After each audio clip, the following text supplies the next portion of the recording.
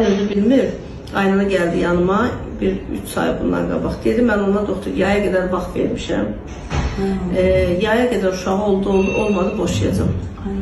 Deyirəm ay xanım tam boşadı. Nə bilirsən ondan sonra aldığın sağlamlığı necə olacaq, yumurtalığı necə olacaq, borusu necə olacaq.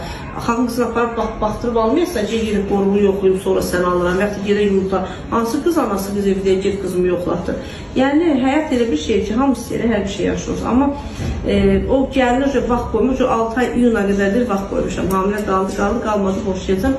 Və onun yaşadığı stres, inanın ki, bir şey deyil. Heç elə ailədən hamilə qalmanın da yeri yoxdur. Heç ola stresdə ailədən uşaq doğmanın da yeri yoxdur. Çünki o uşaq bir bəhanədir. O qaydanı axtarıb başqa bir şeydə problem edəcək ki, indi filan şey yoxdur, filan şey belədir.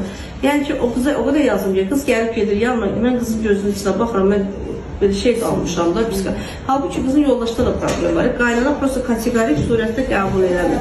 Halbuki qoymuşam ki, bax sənin oğlunda da bunlar var, morfologiyası yaxşı deyil, axıçın açası var, yapışqanlığı var. Deyir, yox, nə darsa, mənim oğlum da eləyib başqası nasıl bir uşaq olur.